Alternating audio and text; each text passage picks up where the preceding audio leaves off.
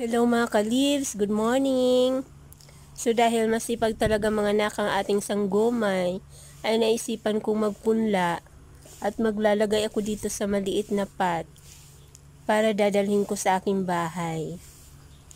Mayroon na rin naman ako matanim doon, kaso ay kailangan at gusto kong madagdagan pa. Napakadali lamang mag-propagate nito dahil napakarami niyang suhi na may maraming ugat.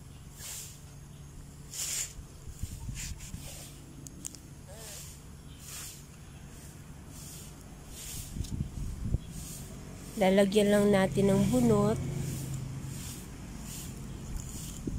dahil air plant naman ito ay hindi niya kailangan na itanim sa lupa.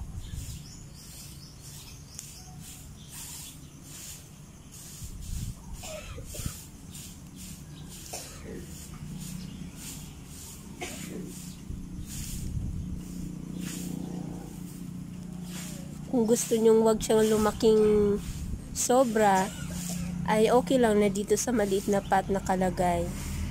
Pero kung gusto ninyong humaba siya at lumago, ay pwede natin isabit sa kahoy para dun sila kakapit. Sa ngayon, dito lang muna sa maliit na pot dahil palalakihin ko pa at ililipat ko din.